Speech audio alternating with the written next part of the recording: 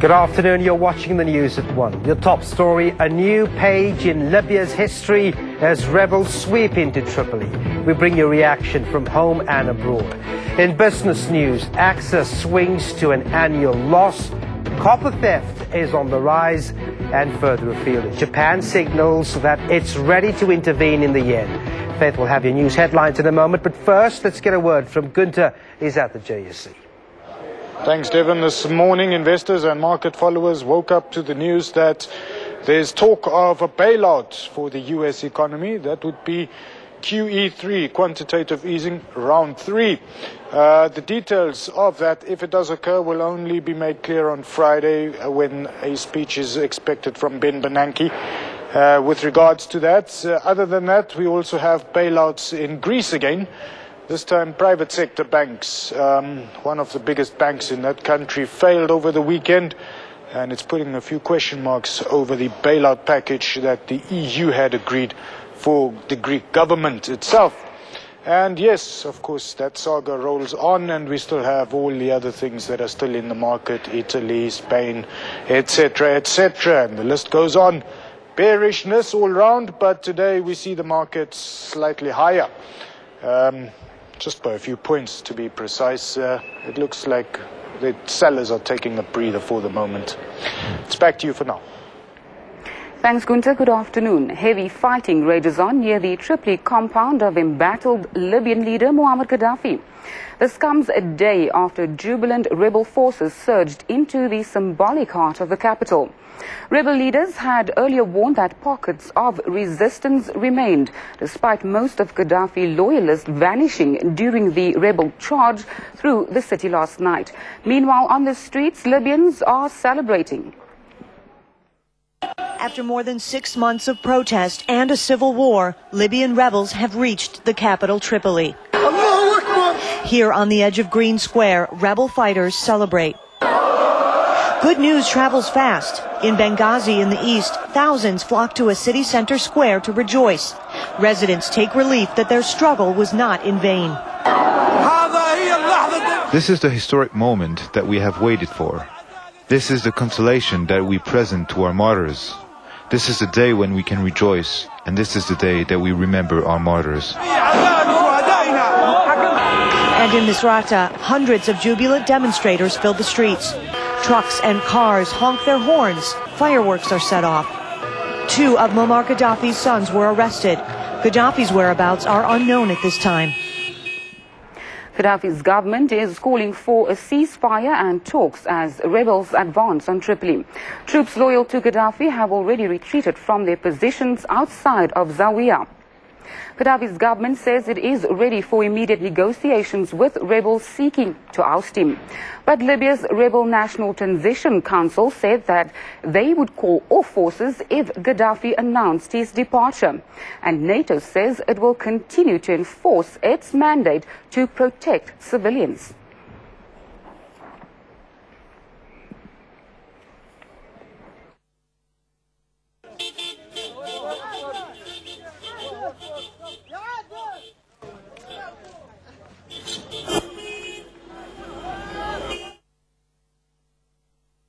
The unfolding events in Libya has drawn mixed reaction. From the US to Australia, the advancement of rebel fighters into the capital has been described as a great victory. Iraq, Sweden, Denmark and Egypt are among the countries celebrating the rebels' triumph, while leaders from the US, Italy and Australia are calling on Gaddafi to relinquish power. Venezuelan President Hugo Chavez, though, remains in the Libyan leaders' corner. Today we are seeing images of how democratic European governments, well, some of them are democratic, we know who they are practically demolishing Tripoli with their bombs, and supposedly democratic government of the United States because they feel like it. Today they dropped I don't know how many bombs, and they are dropping them indiscriminately and openly, and they are not explaining anything over schools, hospitals, houses, businesses, factories, farms.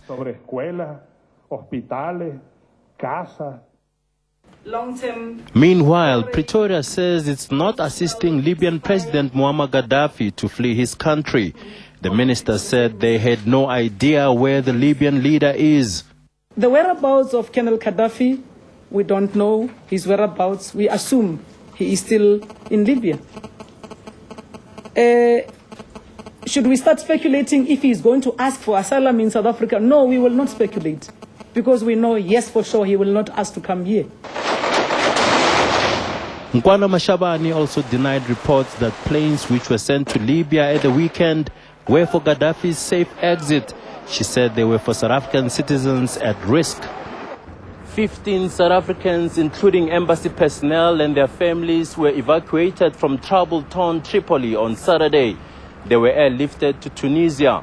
They are expected back home in the next 72 hours. Njanji Chauke, SABC News, Johannesburg. Meanwhile, the African Union's high-level committee on Libya is to convene on Thursday. This to consider a response to what it calls the imminent downfall of the Gaddafi regime. As the military crackdown in Syria continues, President Bashar al-Assad has promised to hold democratic elections by next February. Speaking in a live television address, al-Assad said there was no official timetable for elections, but he hoped to have proposals in place within days. There is no approximate timetable this week. Over the next few days until Thursday, I believe we must, regarding the law of political parties, put together the committee concerned with accepting the proposals of political parties. His address comes as thousands continue to demonstrate, calling for his resignation. More than 2,000 civilians have already been killed by Assad's forces. His speech was met with disapproval from the Syrian opposition, currently in exile in Turkey. I'm hoping that he's not going to last till then. So most likely it's going to be a free election, but not under Bashar Assad regime. The US and several Western nations have called on the Syrian leader to step down. Back home, at least 9 people have died in an accident on the N3 near Escort in a head-on collision between a bus and a truck. The accident happened just after midnight. It's believed the driver of the truck lost control of the vehicle, which veered across the road and crashed head-on with the bus. The bus, carrying more than 60 passengers, was on its way from Tata in the Eastern Cape to Pretoria in Gauteng. A total of 35 passengers were admitted for medical care initially. 13 people who were seriously injured are still being treated in hospital. The murder trial of musician Molemo Dubdub Marohanye and his co-accused Themba Shabalala has been adjourned because Marohanye's lawyer Ike Mutlahong has not been paid. Mutlahong has told the Protea Magistrates Court he cannot continue with the trial. The court heard that Marohanye is experiencing financial problems and has failed to pay for the last court session. Mutlahong says that Marohanye would know by Wednesday what the state of his finances are. Marohanye and Shabalala face charges of murder, attempted murder, and driving under the influence of drugs and alcohol. 4 pupils died and 2 suffered serious injuries after the accused plowed into a group of schoolchildren while allegedly drag racing. The case was postponed to October. The striking Municipal Workers Union SAMU says it's hoping to meet with the SA Local Government Association this week in a bid to settle the wage dispute. SAMU embarked on strike action last week. As the strike enters its 2nd week, rubbish is starting to pile up. The eThekwini municipality is struggling to deal with the garbage. The municipality says refuse removal is the hardest hit. Meanwhile, SAMU's Tahir Sema has confirmed its biggest branch, the Johannesburg branch, was not participating in the strike. Sema said in other provinces about 80% of workers were taking part in the action. The union is demanding an 18% salary increase, while SALGA was offering about 6%. President Jacob Zuma has urged all South Africans to take part in the 2011 census that will begin on the 10th of October. The last census was done in 2001. This will give a proper figure of the number of people living in South Africa. It's currently estimated that 50 million people live in the country.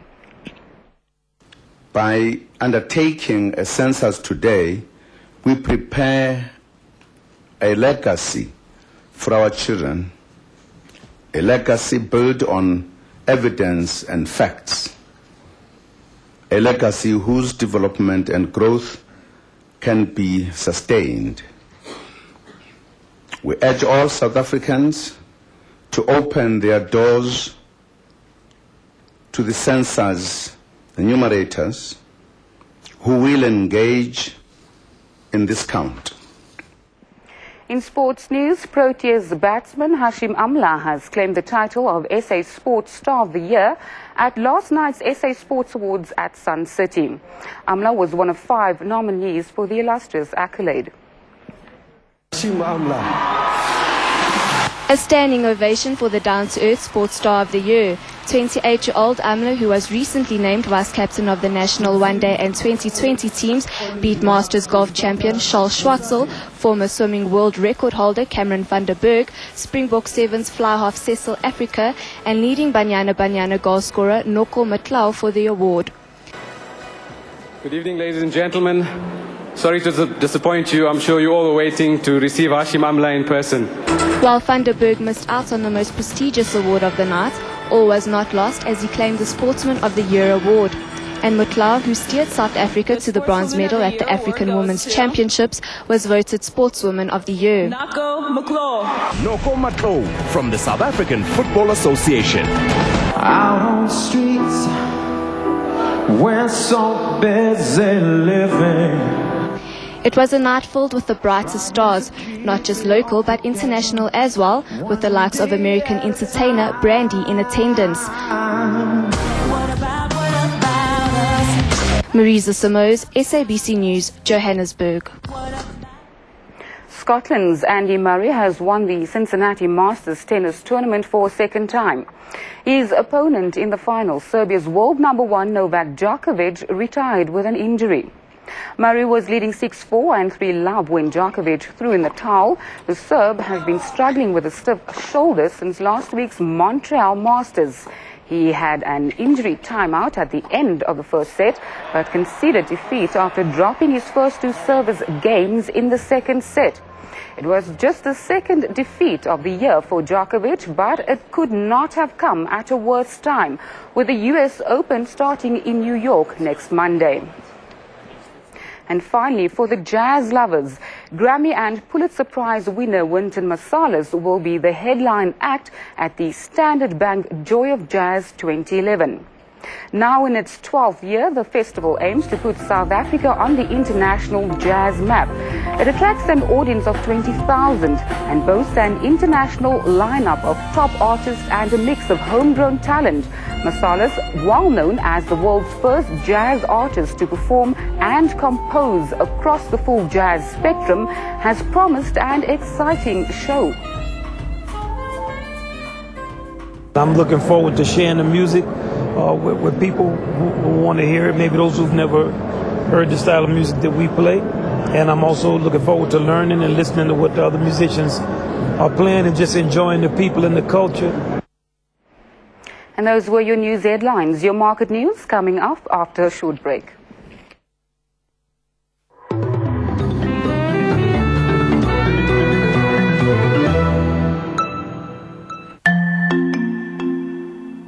Did you know that 40% of your tooth surface is hidden between teeth? That's why Aquafresh created the Interdental with extended microfilaments. Inspired by dental floss, it reaches up to 50% deeper in between teeth for a simply more thorough clean. Aquafresh Interdental, also available as new Aquafresh Interdental Buzz Power Brush with vibrating microfilaments. For an extreme, powerful clean. Aquafresh Interdental, all in one protection. Nadia Padiachi is here to see you. Mr. Guru, I thank you for seeing me. I come from a large family and can't keep up with all the special days. It's Tateen's birthday on the 5th, then Pravesh is on the 8th, then Murli and Kafisha's anniversary on the 12th. No, Nadia Padiachi. It is possible to give and be selfish all at the same time. Not always goody-goody 3 shoes. See, my gift from MAD. by voucher and present, all without going anywhere. Don't leave me, Kareem! Spit, don't swallow! Spit! Get 10 free SMS when you register. SMS GIVE to 38700. That's GIVE to 38700. Mad, it's all about you. Have you noticed persistently drier skin and darker marks on your face after 35? It means wrinkles and age spots are on their way. New Pond's Age Miracle. Pond's best proven anti-aging cream in South Africa. Reduces signs of aging, giving you younger looking skin in just 7 days.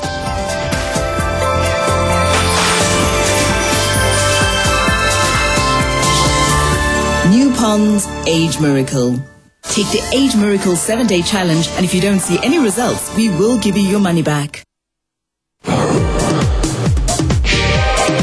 Welcome to Matrix Uploaded. From brains to more brains. Today we've got leaders. I'm the chairperson of the chess club. I am in the debate club and public speaking. I'm actually the head boy of the school. I'm an optimistic person. Guys, let's do this. And your time starts now. Do you think it's... NTV at 50. Congrats to Fabio as well as Josh for representing their school very well.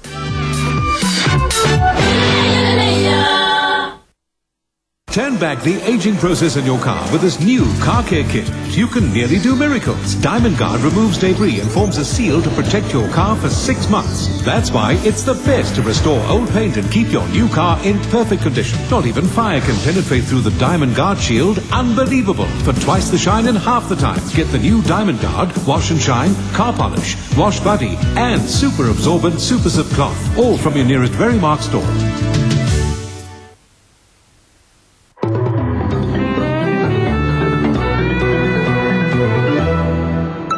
Welcome back. A look at the markets now. We start in Asia, where jittery stocks surrendered early gains. Today, this has added to last week's steep losses. It comes after gold shot to a new high amid persisting US and European financial troubles.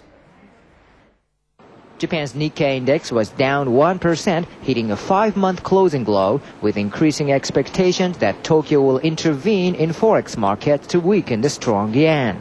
Shares of camera and office equipment maker Canon rose nearly 1%, but other exporters fell, with automaker Toyota dropping 2.5%. Shares elsewhere in Asia fell more than 1.5%, after briefly edging into positive territory earlier in the session.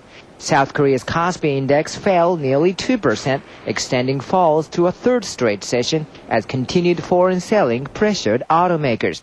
Spot gold prices hit a record above $1,878 per ounce as the shaky global outlook prompted investors to move more money into the safe haven. Brent oil futures fell more than 2%, weighed down by a firmer US dollar, and as the month-long conflict in oil-producing Libya appeared to enter its decisive phase. Meanwhile, market players await Federal Reserve Chairman Ben Bernanke's speech scheduled for Friday, during which he is expected to provide a U.S. economic outlook. All right, more on the global markets now. Once again, Gunther Deutsch at the JSE. Gunther, we see the Asian markets really concerned about what's happening in Europe. And looking at what is going on there, you can see why, can't you? Indeed, I think the Asian concerns seem to be justified. One of the biggest banks in Greece collapsed this weekend and had to be bailed out by the other bigger banks there. This, of course, sheds a lot of doubt on the EU bailout package that was given to the Greek government and its effectiveness. And then, if you take the chain reaction from that, after that we had Italy, Spain, etc., all those problems coming to the fore. Now, if the very first of test cases with bailouts turns out to be a weak argument, what about the rest? Italy, Spain, and so on. Are things going to work out for them? Yeah, so it throws quite a few questions up in the air. In the meanwhile, there's a bit of bargain hunting going on in the market. We saw the Asians coming down. Europe opened weaker this morning, so did we. But it looks like the sellers are taking a breather. People are saying, market oversold, time to step in and grab what's cheap. Let's go to the boards and see where things are. The Nikkei was down 1%, the Hang Seng up 0.4%, and the Shanghai lost 0.7%. In Joburg, The all-share index up 0.2%, industrials down just 1 point, financials gaining 0.33% and banks 0.5%. The resources index is up 5 points. The gold index is up 1.4%, and platinum has gained 0.25%. The gold price $1,880, platinum $1,891 an ounce. Must be said, platinum, some demand there also for a safe haven in the precious metal. And you can see crude oil is back up to $108.20 per barrel. Currency, R7.18 is the price of a dollar, 11.85 1 pound sterling, R10.37 is the equivalent of a euro. Our analyst today is Suraj Sukhdev from RMB. Welcome, sir. Thank you. Treasury is saying that savings, pensions, are going to become compulsory. Yeah. This is good news, but it's going to take a while. Do you think we can forecast who's going to benefit? Yeah, look, I think it's difficult because you don't know how long this is going to take to come to the fore. It's very difficult to gauge who the beneficiaries are going to be. As you know, the current government employees, a large part of their pension savings are with the PIC. So it's difficult to see from the life insurers who are the beneficiaries of this going to be. We like the likes of MMI, Metropolitan and Momentum. You might find Sanlam being a beneficiary of that. But we also like those companies for different reasons. Good earnings visibility, strong cash flows, and strong balance sheets. I want to talk about the global situation a bit, but I think we'll leave that till the end. It's a big topic. In the meantime, Zimbabwe, Aquaplats, their proposals aren't being accepted. Yeah, look, I think you got to put it into perspective. Aquarius Platinum has a small mine. Well, not really. It's about 25% of their production that comes out of Zimbabwe in the form of Mimosa. It's a JV with Impala Platinum, and you know that Zimbabwe is going through this indigenization law. If that does go through, it'll reduce Aquarius Platinum's earnings by about 10%. So we're saying in the grand scheme of things, it is a little bit meaningful, but you can live with it. I think the platinum counters currently have much bigger issues. There's increased costs, increased electricity costs, and that has been a drag on the company. But over the long term, we believe that you need platinum in your portfolio. We prefer the larger cap stocks, but if you hold Aquarius Platinum, we wouldn't recommend selling it. It's fallen about 44% this year. So I think all the bad news is in the price. So we would just suggest that maybe you hold on to it if you do hold the company. Okay. Recovery, that's bound to come at some point, and it's unlikely to be a V-shape again. Yeah. Most probably will go sideways for a decade or maybe so. If we want to find value in that, where do you think we should look? Yeah, look, I think what we are recommending to our clients is that, you look for companies that have earnings visibility, strong balance sheet, strong cash flow generation, a progressive dividend policy, and, quality management. And, we believe that you can find companies like that in the industrial sector. So we are overweight the industrial sector. And if you look at companies like British American Tobacco, very defensive, dividend yield of about 5%. We believe strong cash flow generation going forward, exposure to emerging markets as opposed to developed markets. Other counters like the telecoms, Vodacom's currently sitting on a dividend yield of about 7%. On your bank deposit, you're getting 5%. Yeah. You've got, we believe, still some growth coming through to Vodacom as people switch from voice to data. And we think data is going to be a big theme going forward on the telecoms. On MTN side, dividend yield currently at about 4.5%. We believe that will grow, and also the switch over from voice to data. So, companies like that, strong balance sheet, good earnings visibility, progressive dividend policy is what you want to acquire in this market. And when there is a sell-off, you can find opportunity to get into these stocks. QE3, that's the big thing that's being mooted. Yeah. Markets are certainly expecting it. Do you think Bernanke will disappoint them? Look, I think the US is running out of options. They've got to adopt austerity measures, but they've also got to stimulate the economy. The economy is not gaining traction. Unemployment's becoming a big issue.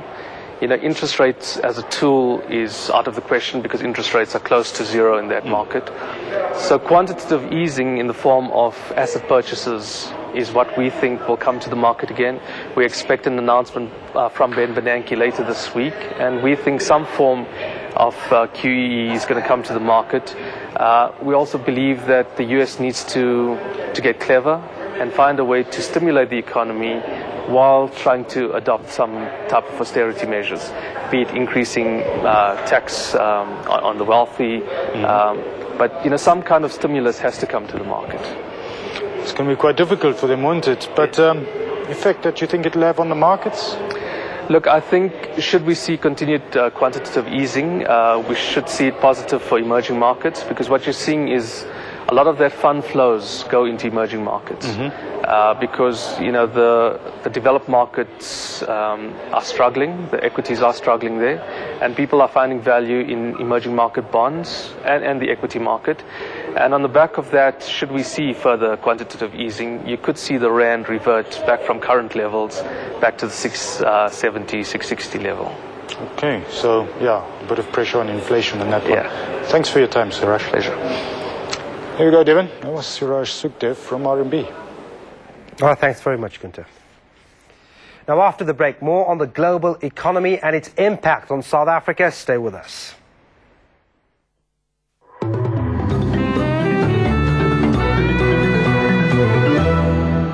Do they know I work from home? Do they know I'm a stay-at-home mom? Do they care that I'm retired? Do they know how far I drive? Do they reward my attitude? Do they know I use the Hull train? Will they give me good service when I really need it? Does your insurance company understand you? Well, we do. And because of that, we can save you money on your car insurance. Call Outsurance on 08600 60,000 today. This Tuesday on Top Billing, Freshly Ground's new song lands a powerful punch for rhino conservation. Events wizard Mark Herchovitz shows us how to draw together cooking and table decor for fun and fabulous entertaining. Lockenville discuss their new album and latest hit with Genie. And we're on set and behind the scenes as the super hot stars of TV's NCIS show us how they do it. Stay with Top Billing, Tuesday, 7:30 on SABC3. You're on your way home from the bank and you've drawn a substantial amount of money. Have you checked to make sure you're not being followed? Criminals often work in syndicates, and syndicates are a well-oiled team. Spotters can pose as anyone in the bank queue, identifying easy prey. With a quick call, they can alert their counterparts of your description and movement. This very often results in a follow-home robbery. Protect yourself from robbery by changing routines, using the internet for bank transfers, or hiring a professional cash management service. Sabric, making banking safe, secure, and fraud-free. It's Powerball Tuesday, and the jackpot is rolled over to an estimated 38 million rand. Play today, join the millionaires, and be 38 million rand richer, because one ball can change it all. Powerball, because you can. If you or a family member were to pass away right now, is there enough money for the funeral? At Hollard, we get you.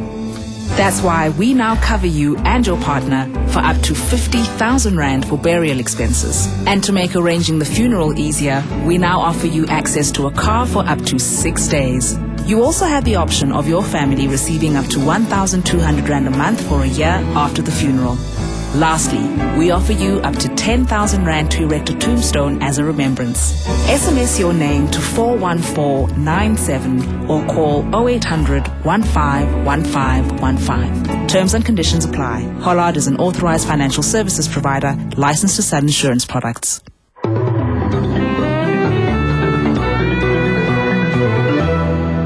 Welcome back. Investors are fearing the worst for the US and European economies. World stock markets plummeted on Friday amid signs of a possible US recession and renewed worries over the health of Europe's banks.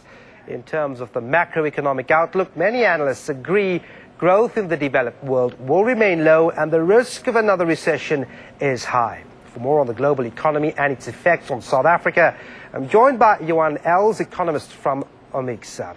He's at our Cape Town studios. Johan, thanks very much indeed for talking to us. Hi. I suppose it's clear by now that this is more than just a soft patch for the world economy right now. It's a little worse than that, isn't it? Yes, for sure. We thought it was going to be a soft patch on the back of what happened in Japan in terms of the earthquake, the Middle East, the North Africa troubles, the high oil price, etc. But then all the policy errors that was made by the European politicians in terms of trying to sort out the European debt problems, and then of course the US politicians, lots of policy errors in trying to sort out that lifting of the debt ceiling, and that severely impacted on market sentiment, and that's why we see the markets so very volatile at the moment. I want to jump the gun here. You speak about policy errors, and we hear the Finance Minister, Pravin Gordhan, speaking about just that, just forecasting ahead of that G20 summit next month. He says we've got to get that coordination right internationally. Do you agree? I think there's a good case to be made out for better policy coordination. I think when the crisis hit in 2008, initially there was lots of policy coordination in terms of all the central banks together cutting interest rates, saying they're going to boost the economies, stimulate economies, and we're not seeing that at the moment. So yes, we probably need that at the moment, because the uncertainty in the markets just could be self-fulfilling in terms of the asset price falls could lead to severely depressed consumer and business confidence levels. And when consumers and businesses stop spending because they're not confident in the future, of course, then we will actually see that recession that we're so fearful of at the moment. Talking about that recession, will the world fare better this time around, if there is indeed one, because of the strength of emerging markets? Yes, I think so. Not only because of the strength of the emerging markets, but you're right. They are very strong and growing at much stronger growth rates than the developed world. But also this time around, we're not seeing that freezing up of the global financial system. Remember when Lehman Brothers failed in 2008, the whole global financial system froze up by not lending to each other. And that caused that severity of the recession in that period. This time around, we're not seeing that. Also, in terms of the local impact in terms of South Africa, because those emerging markets are actually growing so strong, we see that commodity prices are actually holding up quite well. In fact, the gold price and the platinum price have been rising over the last couple of months, whereas in 2008, during that crisis, the gold price and the platinum price fell, and that had severe impact on South Africa. So this time we shielded to a very large extent by what's happening in terms of emerging markets and thus the impact on commodity prices. So having said that, it would make sense for South Africa to experience slower growth perhaps, but not contraction at the least. Yeah, I think we should expect slower growth because we're an open economy and we're heavily exposed to what happens in the rest of the world. But I don't think we're going to experience a renewed recession. Firstly, I do expect the developed economies, policymakers to come out with new packages of support for the economy. So I don't think that downfall will be as severe. But as I said, commodity prices will continue to support the local economy, government spending. Our consumers are not booming, but they're still growing. We still have support left in this economy from the consumer, from infrastructure spending, from the government. So I don't expect a recession or a severe slowdown even in our economy. We can still expect growth of just above 3% this year in South Africa and maybe around 3.5% GDP growth next year. So that's still very decent economic growth. Johan, having considered this outlook, how do you see the Reserve Bank responding with interest rates? Some time back, we see the markets were expecting a hike in September. That forecast has changed to later next year. How do you see it? Well, it's one of those answers that nobody likes, but it will depend on the circumstances. For now, as we see it playing out now, not a huge impact on growth in South Africa, but inflation still on a rising trend. We do expect also that the Reserve Bank won't hike interest rates this year, and that the first hike in this cycle will probably happen sometime in the first half of next year. Now, it is very possible that that scenario might change as we go along. For instance, if the oil price falls substantially because of the lower growth outlook in the developed markets, we can have inflation peaking out in the third quarter of this year instead of around the end of this year. And that can allow the Reserve Bank with more room to leave interest rates unchanged. Now, this is very dependent on data flow, as I said. And we see some analysts forecasting an interest rate cut in the fourth quarter of this year already in South Africa. I don't think that's very likely for now. As I say, inflation is still on an uptrend and the Reserve Bank will have to maintain that policy credibility. But they are very concerned about what's happening in the real economy. So I don't think we should expect the interest rate hike before sometime next year. Johan Els from Omixa, thanks very much indeed for your time. Thank you. Now, the airports company South Africa has swung to an annual net loss of 220 million rand. AXA turned a profit of 901 million rand in 2010. Its revenue grew 32% to 4.6 billion rand. Outgoing MD Monhla Nhlanhla says the regulatory regime does not allow AXA to be adequately remunerated for its assets. AXA has been involved in a drawn-out disagreement with the regulator on tariff increases. The regulator recently granted it a 35% increase in airport taxes. AXA last year requested a 133% tariff hike. Nhlanhla says the aviation industry needs a reliable and predictable regulatory regime that will in future allow clarity on determining tariff increases. It was also announced that AXA executive member Bongani Maseko has been appointed acting MD.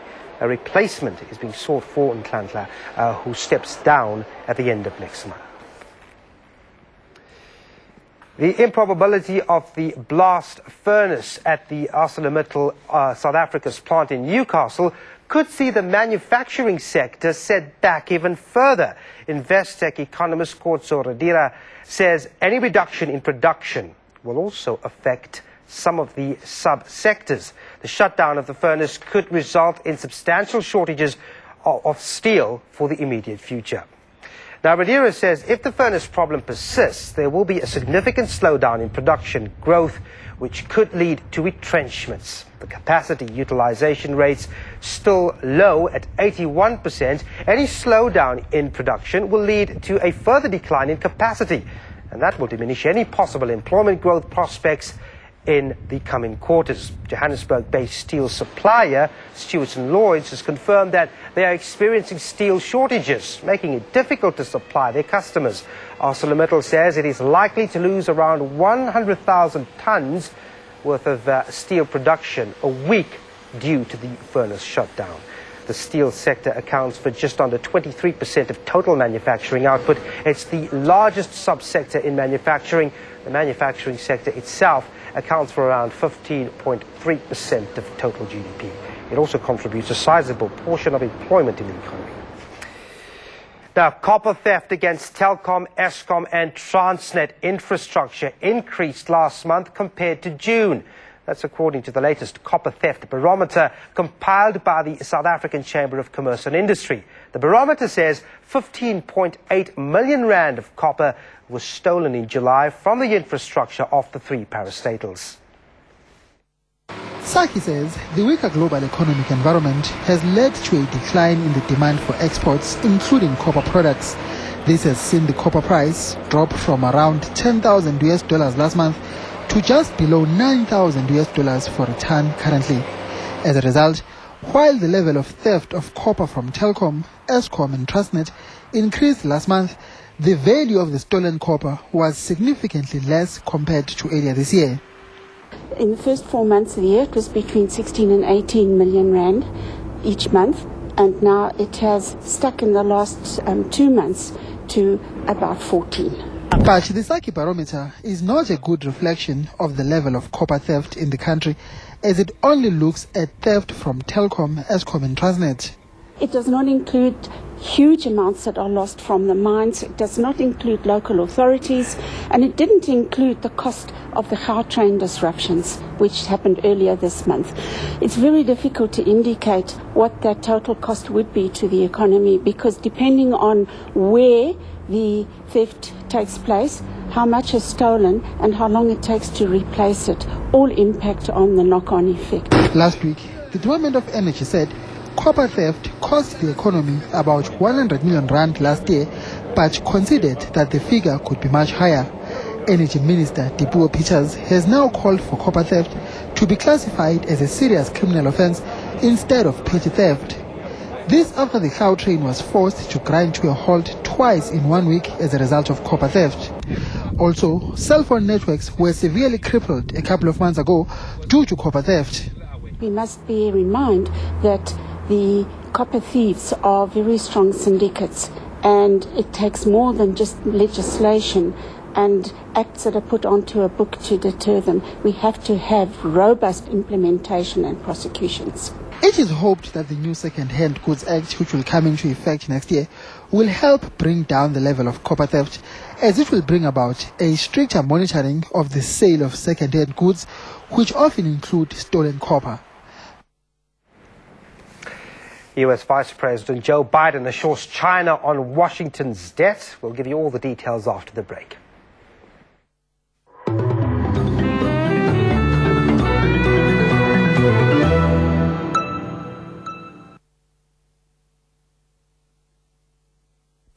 Tonight on CSI New York, a man is found in a small box. I want to see what's going on inside. Unbelievable. Skeletons intact. So someone killed him, stuffed him into a 2x2x2 box and didn't break a single bone?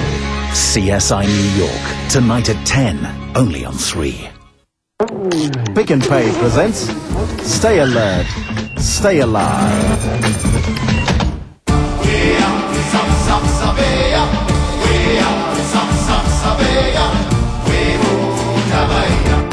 The Bismet Tix Road Race is one of the biggest inland road races in South Africa.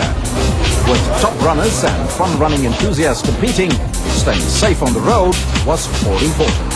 Today's event was not only a race for marathon runners that are professional runners, it was also an event where members and families were participating. And it's important for us as Bestmet to keep them safe on the roads, to ensure that their safety is there when they participate in this event. And it's also a great event to get people healthy again. A safe run ensured that all finishers were winners. Stay alert, stay alive. This road safety feature is made possible by Bismet Medical Scheme. Next on 3, African News Update.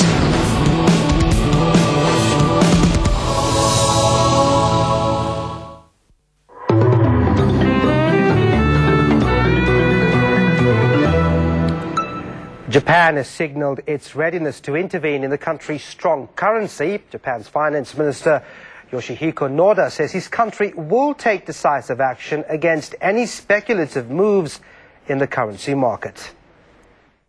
Japan stepped up its warning against steep rises in its currency Monday, signaling Tokyo's readiness to intervene in the currency market to stem the yen's further rise.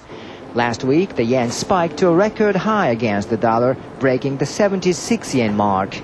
On Monday, the dollar bounced back into the 77 yen range after Japanese officials, including Finance Minister Yoshihiko Noda, issued strong verbal warnings of intervention.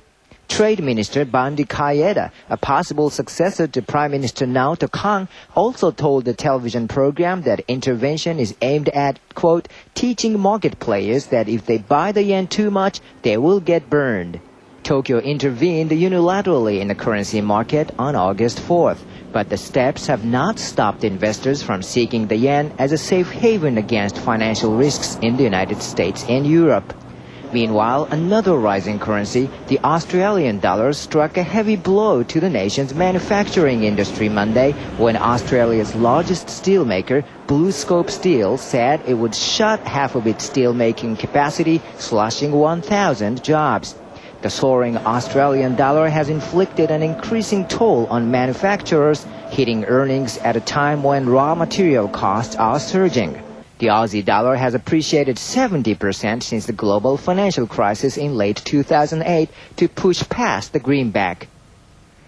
U.S. Vice President Joe Biden says the United States will never default on its debt.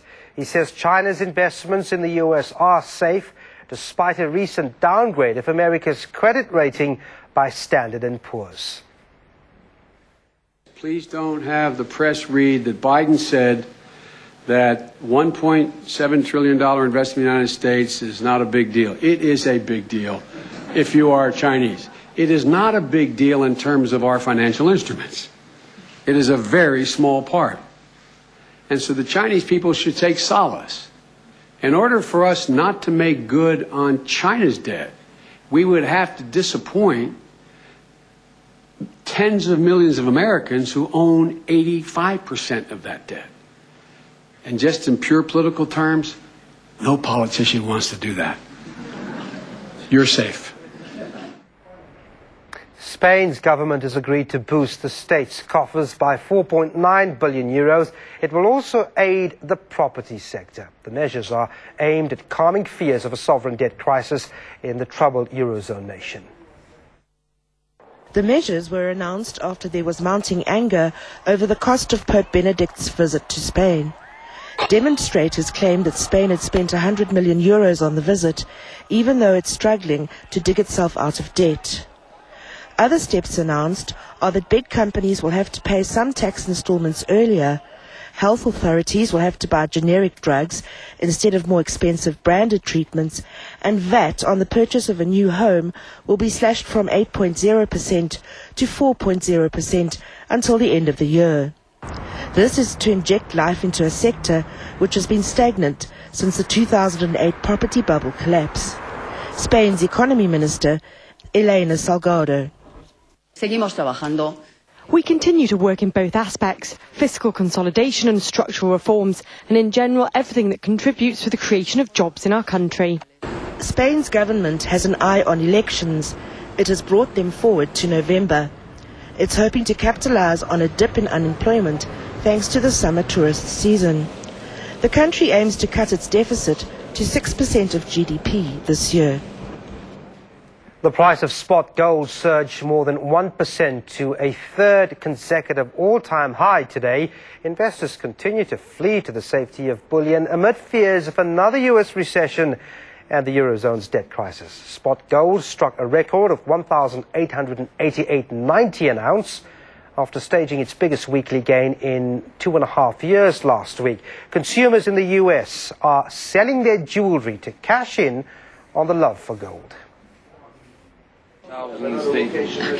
Ellen Wider is reaping the benefits of a gold market that's breaking records on a weekly, even daily basis of late. She is selling a number of her gold rings unworn for some time. Because it has some diamonds inside, the lady's going to get $1,175. Money Wider will either save or use for her summer vacation. I heard gold was, I don't know, been following it on and off just for a couple of weeks, and it was so high that I thought today's the day to, bring in the things that I never wear and see how much they're worth. The buyers at Diamond District Gold Buyers in Manhattan are busier than ever these days as gold touched a record high of more than $1,880 an ounce. The office pays out $100,000 a day on average to buy back gold, silver, platinum, and diamonds from its customers. Dmitry Nazinski is a partner in the business. The volume of gold that we've been buying for the last 3 months went up about 25 to 40%. And we need more money to buy gold every day because prices of gold are also going up. So whatever we spent $1,000 on 3 months ago, today we spent $1,500, $1,600. There's a good reason for that run up in the price of gold. Many investors worried about a double dip recession have fled to the safety of gold, and there may be more increases ahead. Sumit Desai at Morningstar. As the current U.S. currency weakens, that could also drive gold prices higher just because of the way it's traded across the world. Gold has hit 9 record highs this month alone and is on track to post its biggest one-month rise in nearly 12 years in August. And given the worries in the U.S. and Europe, most industry watchers don't expect prices to head significantly lower anytime soon, at least until investors are able to shake off the economic jitters. A drop in tourism hurts Tunisia's economy. We'll give you details after the break.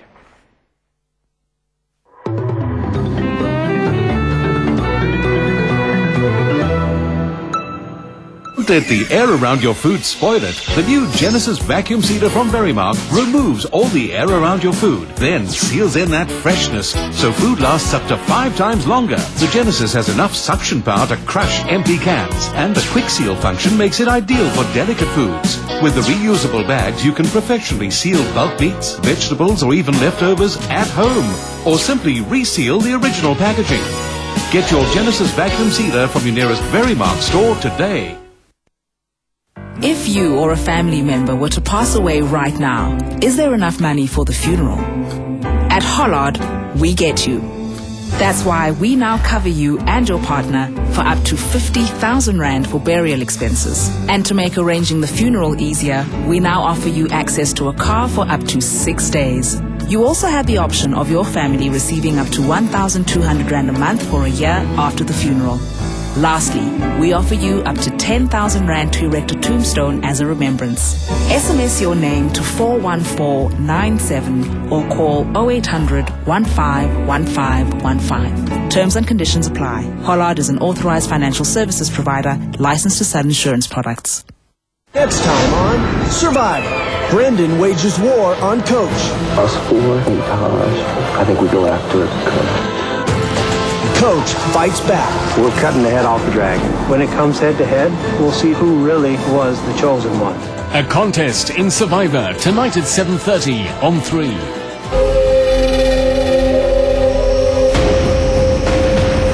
Survivor, proudly sponsored by Kauai. Taste the island.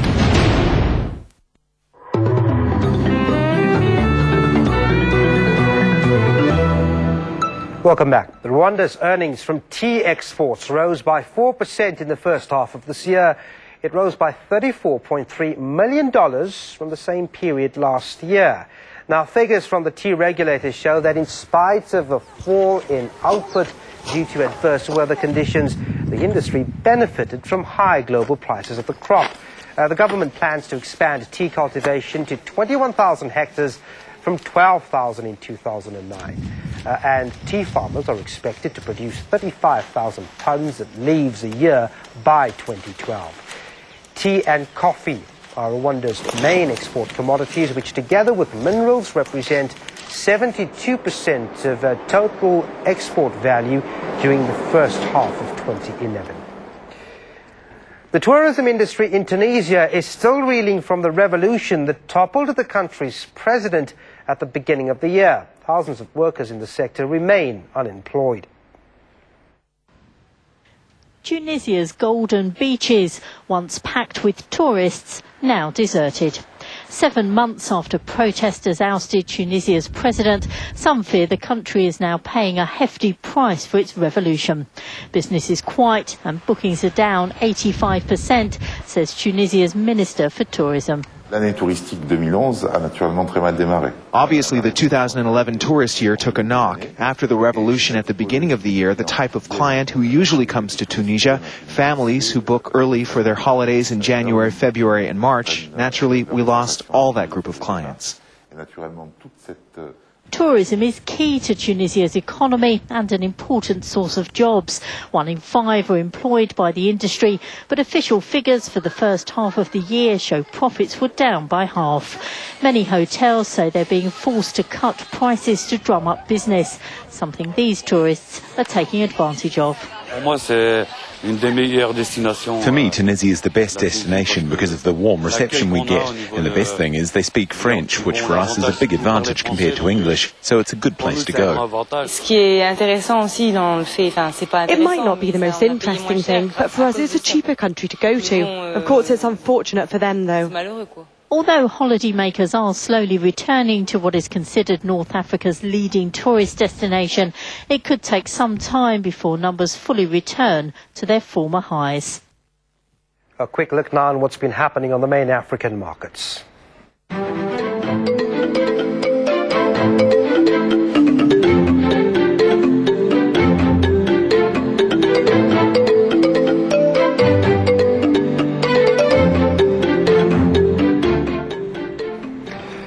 Your weather details and a roundup of the local market when we come back. Do stay with us.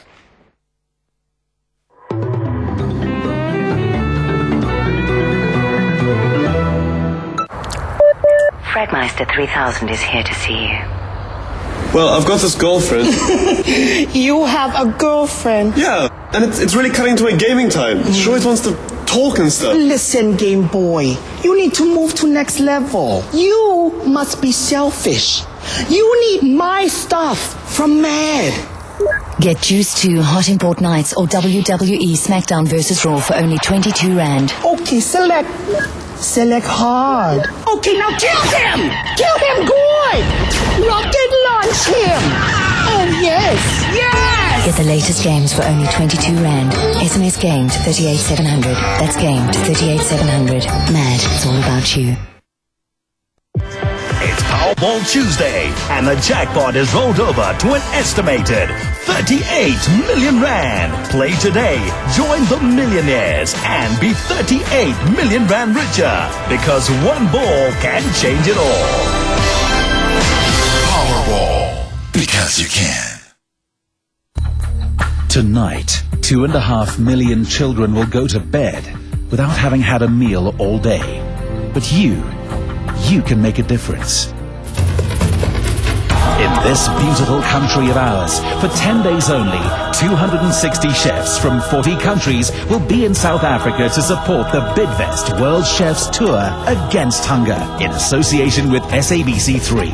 Gala dinners and food festivals will be hosted by Southern Sun all around the country, with proceeds going to charity. For more information regarding these events, the booking of tickets, or the purchase of chef's hats in support of this amazing initiative, visit southernsun.com or worldchefstour.co.za.